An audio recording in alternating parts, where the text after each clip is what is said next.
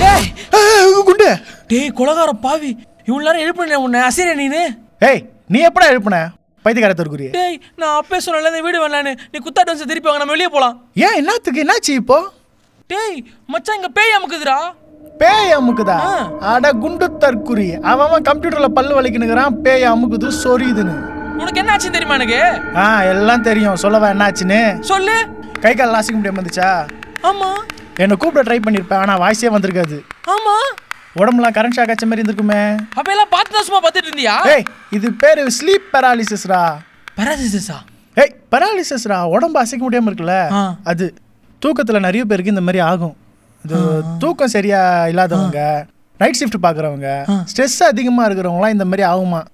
அதை விட்டு பேய் அமுக்குது சொரியுதுன்னு வந்துட்டான். நல்ல வேலை மச்சான், உனக்கு எல்லாம் தெரிஞ்சிருந்தது. இந்நேரத்துக்கு அந்த வீட்டில் பேய் இருக்குன்னு சொல்லி வீடு காலி பண்ணிட்டு இருப்பேன். பண்ணுவேன் அப்படியே குத்துருவாங்க அட்வான்ஸு. சரி விடு. நல்ல வேலைப்பா, வீடு காலி பண்ணுற வேலை மிச்சம். ஆமாம், எங்களெல்லாம் விட்டு பேய் இவரை தான் அமுக்குதான். மூடின்னு பர்றா.